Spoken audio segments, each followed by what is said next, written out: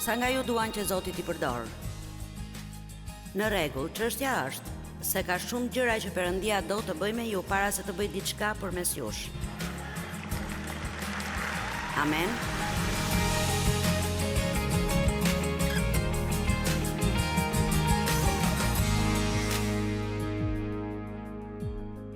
Çdo gjë është e bukur në kohën e saj, por jashtë stinës së saj mund të jetë një rëmuj e vërtet. Ka një kohë të dur dhe një kohë të gabuar për çdo çështje nën diell. Dhe kur ne piqemi mjaftueshëm, aq sa të jemi në gjendje të dallojmë stinët, është një gjë shumë e mirë në jetën tonë. Sa nga ju e kanë shumë të vështirë që t'i lëshojnë gjërat. E shihni, më vjen keq për ju. Në disa gjëra, po them, unë jam më e keqe se në disa të tjera, tani që jam pak më e vjetër, nuk jam plakur, por jam më e vjetër, më është dashur të lëshoj disa nga gjërat në zyrë, gjëra që sinqerisht teknologjia është shumë para meje tani dhe do t'i isha e marrë, po të mos lejoja që disa nga të rinjt të merren me të, sepse unë nuk kuptoj asgjë, nuk dua të kuptoj, nuk kam asnjë interes ta mësoj. Ajo thjesht më mirë paguaj dikë që ta bëj për mua. Ja, telefoni im nuk punon. Faleminderit. Kompjuteri im nuk punon. Faleminderit. A mund të vish pak këtu dhe të bësh këtë? Faleminderit. Kështu,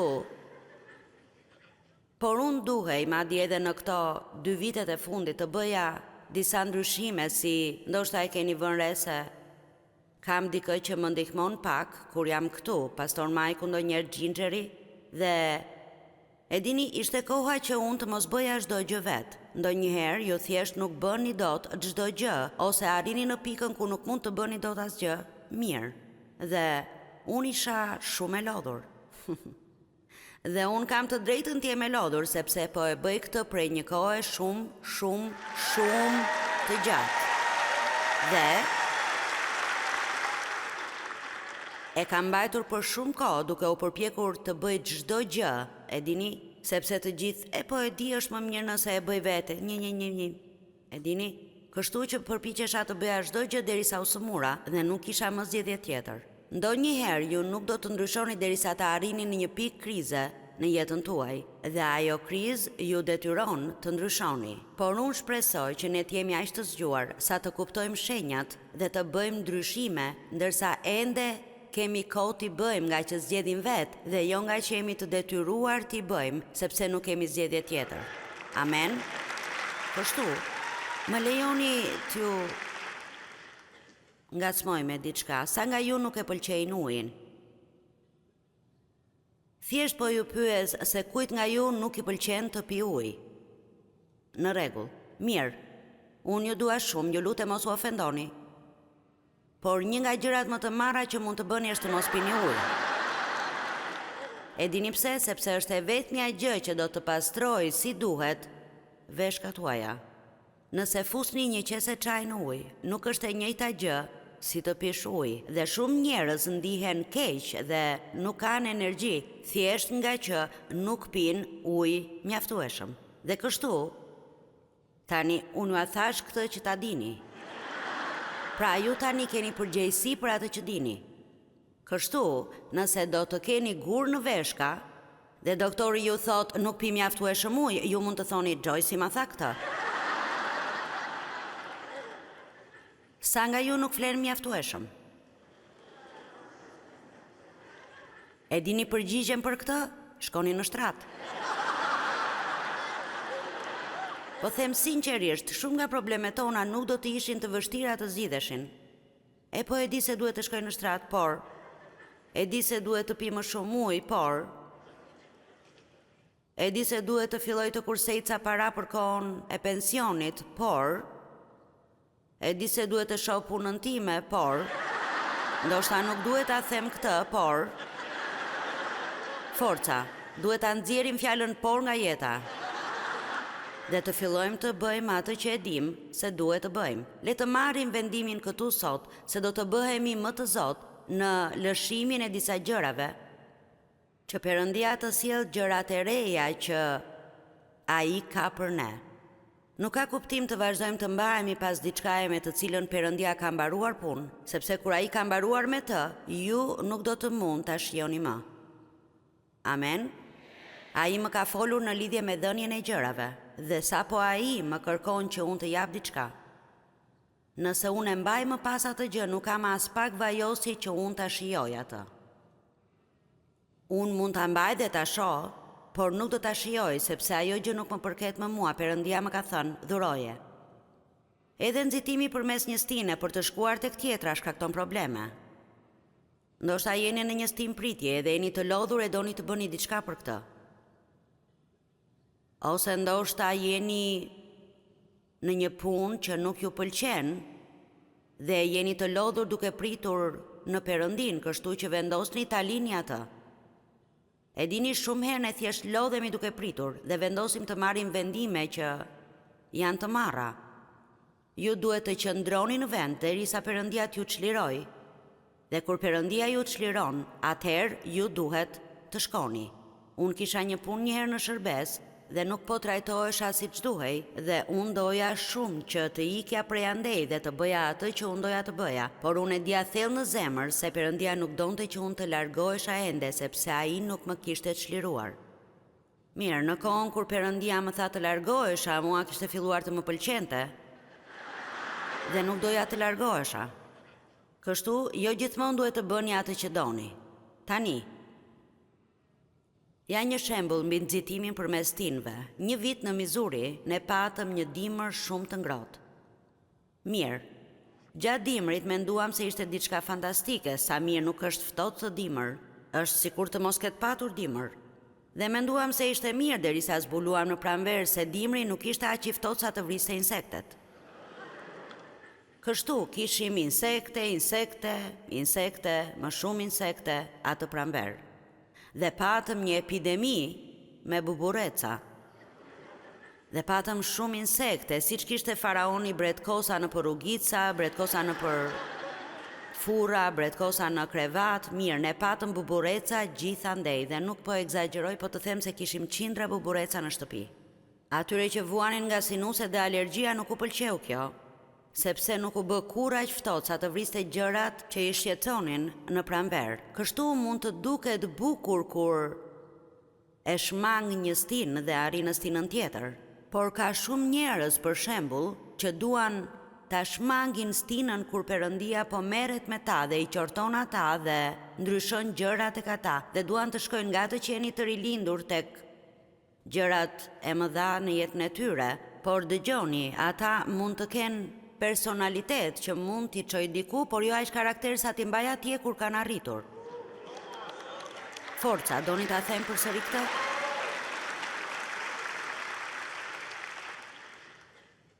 Kur unë po mësoja 20 njerëz në shtëpinë time, mund të predikoja atëherë siç bëj edhe tani. Dhe unë shija njerëz në televizion predikues dhe më kujtohet që mendoja, po nuk e di pse Zoti më ka lënë në dhomën e ndenjes, unë mund të predikoj më mirë. Mirë, ja përse kisha ngecur në dhomën e ndenjes. Nuk ishte se nuk mund të predikoja, por kisha një qëndrim. Forca, apo më kuptoni të gjithë? E dini, ju mund të uleni diku e të mendoni, po, unë aplikova për një punë në grupin e adhurimit dhe ata nuk më morën dhe unë mund të këndoj më mirë se ata. Mirë, derisa të hiqni këtë qëndrim, do të vazhdoni të rrini aty ku jeni.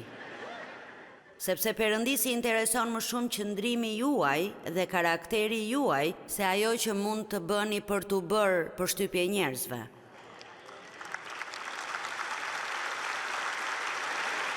Nëse e dini se jeni vërtet të talentuar dhe nuk e kuptoni pse Perëndia nuk po ju përdor, duhet të bëni një ekzaminim të karakterit. Pyeteni veten si i trajtoj njerëzit. Si jam unë kur vjen puna te kritikat apo gjykimi ndaj të tjerëve. E dini, këto janë gjëra që kanë rëndësi për Zotin. Njeriu sheh pamjen e jashtme, por Perëndia sheh zemrën. Amen. Perëndia sheh zemrën tonë dhe kjo është arsyeja pse ndonjëherë Perëndia do ta përdor dikë që ju nuk e kuptoni pse mund të përdor atë. nga që ai person nuk duket se bën ndonjë përshtypje, por Perëndia e di se ai ka një zemër të artë. Le t'i kushtoj më shumë vëmendje jetës së brendshme se jetës së jashtme. Dëgjoni, nëse ne kalojmë për veshjen tonë frymërore aq shumë kohë, sa kalojmë për veshjen tonë kur dalim jashtë dhe ndërohemi 5 herë dhe bëjmë tualet në fytyrë. Forca, po shkoj të flas me këta se ju nuk po silleni mirë.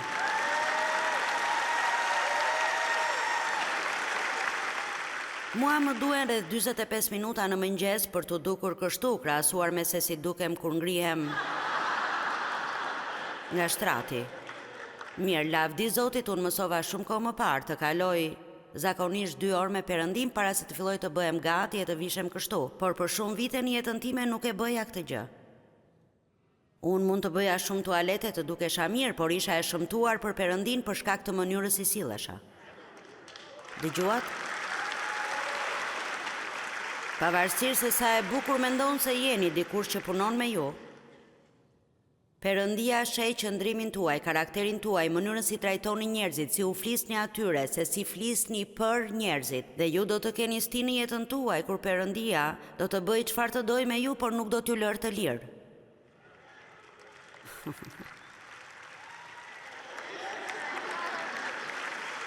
Stinët e qortimeve, stinët kur asgjë nuk shkon si çdoni ju, vetëm që të shihni veprimet tuaja. Forca.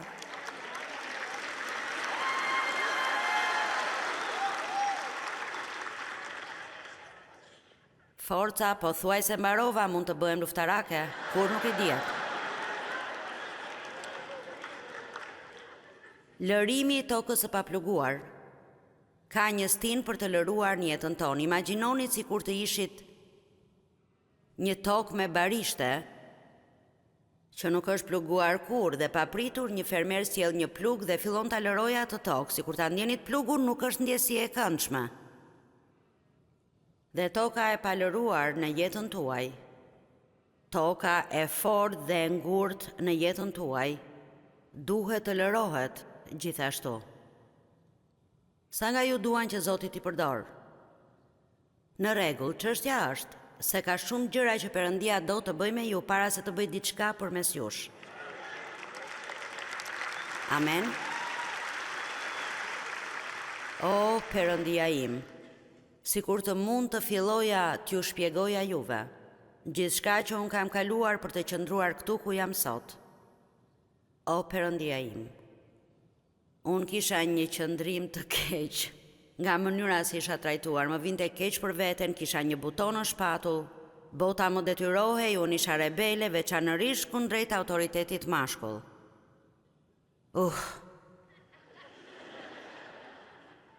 Dhe Zoti më mbajti aty, më mbajti aty, më mbajti aty, më mbajti aty, më mbajti aty. Dhe e dini çfarë? Nuk e kuptoja pse Perëndia nuk po më linte të lirë për në botë, dhe tani kthej kokën pas dhe jam shumë e kënaqur.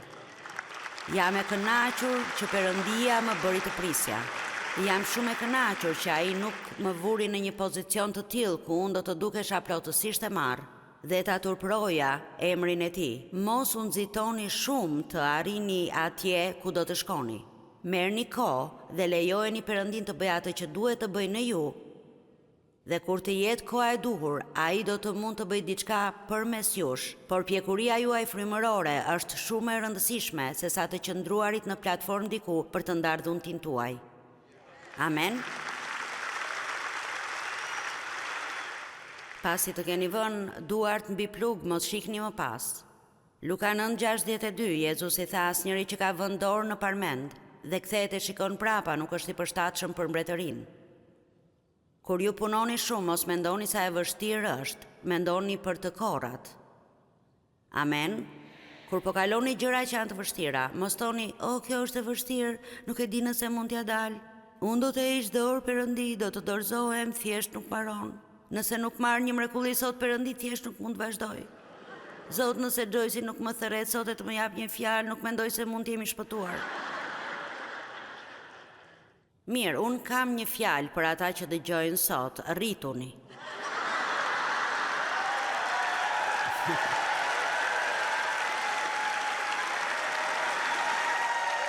Dhe ja them këtë edhe vetësime.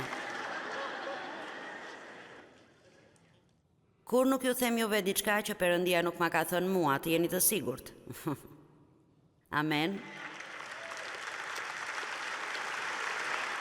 Bibla thotë se ne lërojmë me shpresë.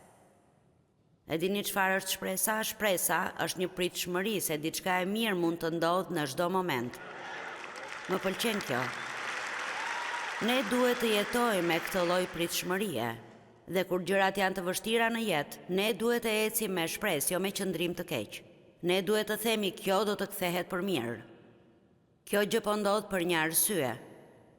Më nevojitet kjo, mund të mos ndjej sikur më nevojitet, por Perëndia do ta kthej për mirë. Kjo do të më ndihmojë që unë të rritem, kjo do të më ndihmojë të piqem. Unë po marr një përvojë që mund ta përdor më vonë në jetën time. Amen, nuk ka asgjë që ja kalon eksperiencës.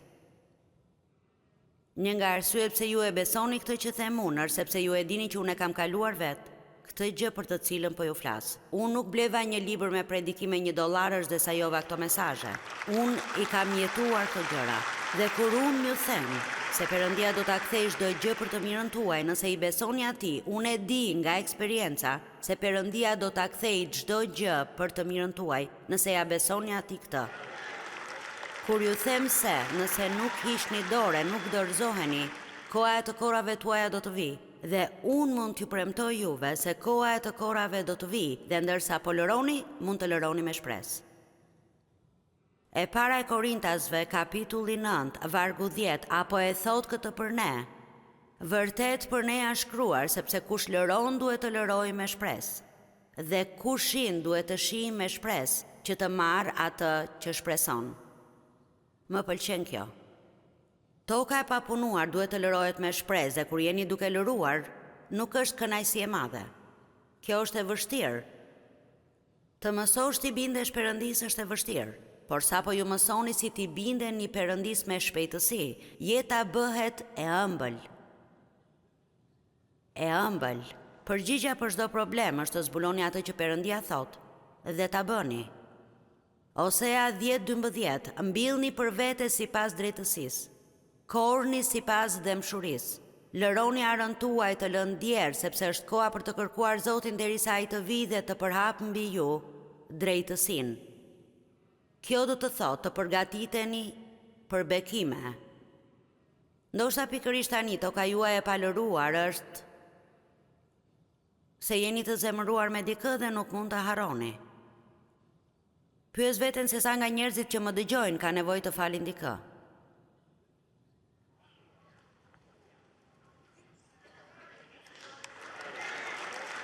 Në rregull, më lejoni t'ju them diçka.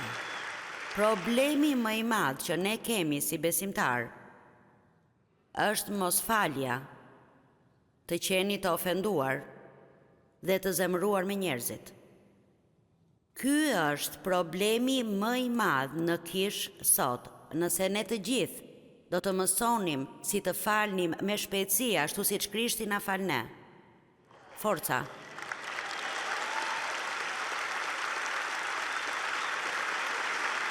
Çfarë do të ndodhte në botë nëse të krishterët do të fillonin ta donin njëri tjetrin? Wow, imagjinojeni këtë. Ngjitëset në makinë mund të kishin domethënie për dikë. Por për sa kohë që ne të gjithë kemi një tuf gjërash që i varim gjithandej në trup që thonë unë jam i krishter, jemi duke u vëzhguar nga njerëzit. Kështu nëse do të vinin ngjitëse në makinë, mos e kaloni limitin e shpejtësisë, apo të shani njerëzit.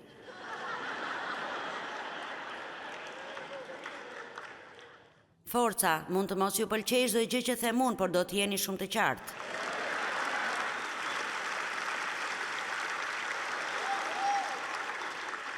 Forca, të ndalemi këtu për 1 minutë, është koha të falni, është koha të harroni. Është koha ta kapërceni dhe të esni përpara me jetën. E po ti nuk e di çfarë më ka bërë ai. Jo, unë nuk e di se çfarë ju kanë bërë juve, po di çfarë më kanë bërë mua. Dhe unë e di çfarë u kanë bërë shumë njerëzve të tjerë. Gjithashtu di edhe çfarë i kanë bërë Jezusit.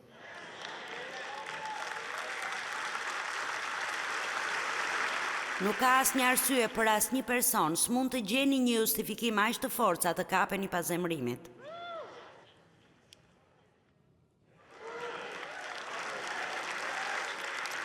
Forca, s'mund të gjeni justifikim. Po ti thjesht nuk e di. Dëgjoni. Jo se ajo që ju ka ndodhur juve nuk është e rëndësishme, por çështja është se kur ju falni, nuk po i bëni armikut tuaj një nder, po ndihmoni veten tuaj. Unë kam shkruar një libër për mosfaljen, bëj vetes një nder dhe fal. Ne ndihmojmë veten kur i bindemi Zotit. Çdo gjë që ai na thotë të bëjmë, ju thoni, por unë thjesht mund ta harroj. Në rregull, ndoshta nuk mund t'i kapërceni ndjenjat menjëherë, por unë do t'ju them çfarë do të ndodh. Nëse filloni të bëni atë që Perëndia ju thot, filloni të luteni për njerëzit që jeni zemëruar dhe urrejtja për ta do të kalojë. Filloni të luteni për ta çdo ditë. Lutuni që ata njerëz të bekohen, lutuni që Perëndia t'i bekojë. Dhe nëse ju vjen ndonjë mundësi dhe ka diçka që ata kanë nevojë që ju mund t'ua plotsoni, atëherë plotsojuani. Dhe nëse kjo e acaron shumë ishin tuaj, plotësojani atë. Sepse kjo është mënyra si e thyeni fuqinë e Satanit në jetën tuaj, kur filloni të veproni si Jezusi. Amen. Forca, nëse jeni pastori një kishe dhe dikush që ju e keni ushqyer e rritur në Zotin, dhe ka qenë si një bir për ju në Zotin, ka marrë gjysmën e bashkësisë dhe ka filluar një kishë të re. Blini ati një sistem zëri. Forca, mendojeni, dashuria nuk ligështohet. Urrejtja, refuzimi, hidhësia gjithmonë ligështohen, por dashuria nuk ligështohet. Perëndia na ka dhënë neve një armë si asnjë tjetër dhe kjo është betejë e dashurisë. Dhe jo vetëm kaq, por është shumë kënaqësi. Është kënaqësi ta zemrojmë djallin dhe ta lëm atë të sillet vërdall e të shohë se ne e duam dikë që na ka trajtuar keq. Në çfarë stine jeni ju tani, apo merret Perëndia me ju që t'jeni më pak egoist? S'ka përgjigje, në rregull, po për të qenë më shumë të disiplinuar. Po në lidhje me daljen nga borxhet. Mirë, mos i përdorni më kartat e kreditit kudo ku shkoni. Është bukur të thuash po blej me kartë krediti, por pastaj vjen fatura. Amen? Apo merret Perëndia me dikë në lidhje me të qenit të shëndetshëm, është koha të kujdeseni për veten tuaj. Apo merret Perëndia me ju për ngrënien e ushqimeve jo të shëndetshme. Kështu mos luftoni me stinët e jetës suaj dhe mbajeni mend. Mos mendoni kur se mund të bëni vazhdimisht atë që keni bërë, sepse gjërat duhet të ndryshojnë dhe kur ato ndryshojnë, mos i kundërshtoni. Do t'jeni shumë të dëshpëruar nëse e bëni.